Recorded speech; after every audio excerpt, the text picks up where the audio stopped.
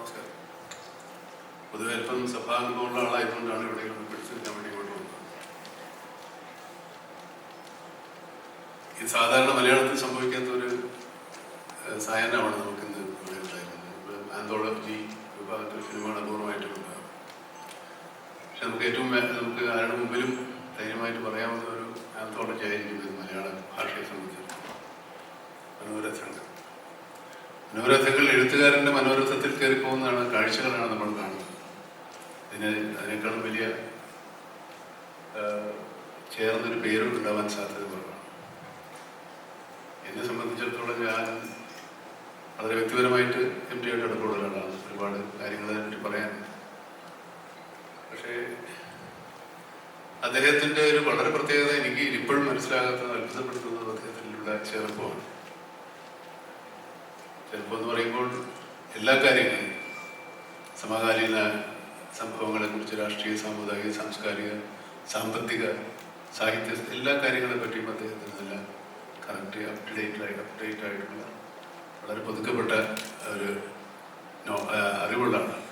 പുതിയ പുസ്തകങ്ങൾ, പുതിയ സാഹിത്യകാരന്മാർ, പുതിയ ലോകത്ത് നടക്കുന്ന കാര്യങ്ങൾ, ലോകത്തിലെ വിവിധ ഭാഷകളിൽ ഇറങ്ങുന്ന പുസ്തകങ്ങളെ പറ്റിയുള്ള അറിവ്, അത് വായിച്ചിരിക്കുന്നു.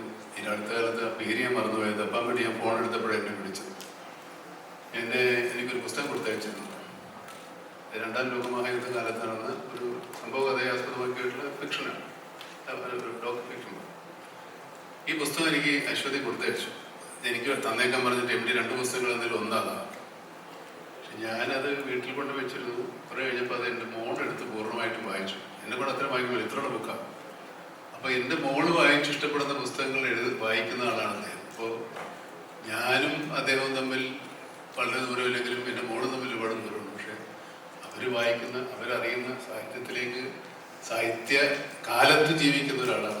സാഹിത്യ രംഗത്ത് എത്രത്തോളം അപ്ഡേറ്റഡ് ആണ്, എത്രത്തോളം തികച്ചും മുന്നോക്കി സഞ്ചരിക്കുന്ന ആൾ തന്നെയാണ്. പിന്നെ കടുകണ്ണാവ ഒരു കഥ മാത്രമല്ല, 2 കഥകളാണ്. അവളുടെ ഓർമ്മയ്ക്ക്, അല്ലേ, നിന്റെ ഓർമ്മയ്ക്ക്. ഈ സിനിമ ഒരു വലിയ സിനിമയാക്കാൻ ഞാനും വ്യക്തിത്വം കൊണ്ട് നോക്കിയതാണ്. കുറേ വലിയ കഥ ഒരു പൂർണ്ണ സിനിമയായിട്ട്, ഈ 40-30 മിനിറ്റിലല്ലാതെ 2 മണിക്കൂറിലുള്ള സിനിമയാക്കാൻ വേണ്ടി അദ്ദേഹത്തെ സമീപിച്ചു. അതിൻ്റെ തീരുമാനമൊക്കെ ഉണ്ടായത്. അതിൻ്റെ ഒരു വൈകല് കാരണം ഈ സിനിമ എടുക്കുമ്പോൾ ഞങ്ങൾ തമ്മിൽ അതിൻ്റെ ഒരു വൈകാരികമായ അടുപ്പം കൊണ്ട് ഇത് തന്നെ അങ്ങ് ആക്കാമെന്ന് തീരുമാനിച്ചതാണ്. വേറെ ഒരുപാട് കഥകളുണ്ട്. ഇതിനെല്ലാത്തിലും അഭിനയിക്കാൻ എനിക്ക് ആഗ്രഹമുണ്ട്. എല്ലാം എനിക്ക് തരില്ലാത്തതുകൊണ്ട് എനിക്കൊന്നേ കിട്ടുള്ളൂ. അതാണ് കടുകണ്ണാവ നിന്റെ ഓർമ്മയ്ക്ക്. അതിന് കടുകണ്ണാവ എന്നുള്ള ടൈറ്റില്ലേ. ഞങ്ങളിത് MTയുടെ എന്താ പറയുക, കുറച്ച് ആത്മാംശമുള്ള സിനിമയാണ്, കഥയാണ്. അതിന് 2 വേഷമാണ് എന്നോട് ചെയ്യാൻ പറഞ്ഞിരുന്നത്. പക്ഷെ പിന്നെ അതും ചുരുക്കി ഒന്നായി. അങ്ങനെ മൊത്തത്തിൽ എന്നെ കുറുക്കിയെടുത്തിരിക്കുക സിനിമയിൽ.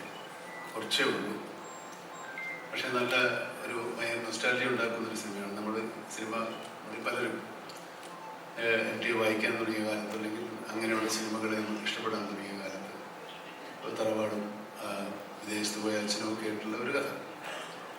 അത് രഞ്ജിയാണ് ഡയറക്റ്റ് ചെയ്തിരിക്കുന്നത്. ഞങ്ങൾ സിലോണിലൊക്കെ പോയി ഷൂട്ട് ചെയ്തതാണ്.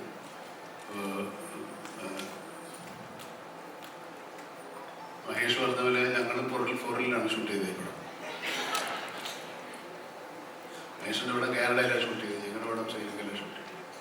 അങ്ങനെ പ്രത്യേക ഒരു സിനിമയാണ്. MTയെ സംബന്ധിച്ചിടത്തോളം അദ്ദേഹം സിനിമയ്ക്ക്, അല്ലെങ്കിൽ ഈ തിരക്കഥയ്ക്ക് ഒരു സാഹിത്യ രൂപം ഉണ്ടായിരുന്നില്ല. തിരക്കഥയ്ക്ക് അങ്ങനെ വായനക്കാരുണ്ടായിരുന്നില്ല, ഒരു സാഹിത്യ രൂപം തന്നെ. അത് MTയുടെ തിരക്കഥകൾ വായിച്ചിട്ടാണ് സിനിമയ്ക്ക് ഒരു സാഹിത്യമുണ്ട് എന്ന് നമ്മൾ മനസ്സിലാക്കി. അതിന് മുമ്പ് സിനിമ ഉണ്ടായിട്ടുണ്ട്, ലോകോത്തര തിരക്കഥകളൊക്കെ ഉണ്ടായിട്ടുണ്ടായിരുന്നു. മലയാളത്തെ സംബന്ധിച്ചിടത്തോളം തിരക്കഥ അച്ചടിച്ച് MTയാണ് അതിൻ്റെ ഒരു ആരംഭം കുറിച്ചാണ്. അച്ചടിച്ച് അത് സാഹിത്യ രൂപമായി പുറത്തിറങ്ങി. അതിന് പിൽക്കാലത്ത് സിനിമാ വിദ്യാർത്ഥികൾക്ക് എല്ലാവർക്കും ആ തിരക്കഥകൾ ഒരുപാട് ഉപകാരപ്പെട്ടു. ഞാൻ MTയുടെ കഥകൾ വായിക്കുമ്പോൾ ഞാൻ തിരക്കഥയായിട്ടാണ് കാണുന്നത്. എനിക്ക് എഴുതാനൊന്നും പറ്റിയില്ല. അല്ലെങ്കിൽ ഏതെങ്കിലും ഒരു കഥാപാത്രമായിട്ട് മാറുന്നൊരു സ്വഭാവമൊക്കെ പണ്ടുപോലുണ്ട്, ഇപ്പോഴും അതൊക്കെ നോക്കുന്നുണ്ട്. ഈ അടുത്ത കാലത്ത് ഞാനും അദ്ദേഹം തമ്മിൽ ഒരു ചെറിയ എന്താ പറയുക, ഒരു ഉടമ്പടി ഉണ്ടാക്കിയുള്ള 2 ചെറുകഥകൾ ഞാൻ വായിക്കാം എന്ന് വേണ്ടി അദ്ദേഹത്തിന് അഡ്വാൻസ് കൊടുത്തു. അതായത് കഥ വായിക്കാൻ ഒരു കഥ ഒരു 10 പേജോ അല്ല 5 പേജോ 4 പേജോ ഒരു കഥ വായിച്ച് ഏതെങ്കിലും ഒരു TV-യിലോ അല്ലെങ്കിൽ യൂട്യൂബിലോ കൊടുക്കാൻ വേണ്ടി വാങ്ങിച്ചാണ്. ഇതുവരെ നടന്നിട്ടില്ല. ഏതെങ്കിലും ഒരു കഥ എടുത്തോളം പറഞ്ഞു. എനിക്ക് തിരഞ്ഞെടുക്കാൻ പറ്റിയില്ലാത്തതുകൊണ്ടാണ് നീലു പോയത്. അതിൽ ഇത്രയൊക്കെ ആയി. ഇത് മലയാളത്തിൽ ആദ്യ സംരംഭം പോലെയാണ്. എനിക്ക് പ്രായം ആയിട്ടില്ല. എനിക്ക് 1 വർഷം കൂടെ ആയി. അത്രയുള്ളൂ. എൻ്റെ ഹൃദയം നിറഞ്ഞ ജന്മദിനാശംസ. ആയുസ്സും ആരോഗ്യവും ഉണ്ടാവട്ടെ എന്ന്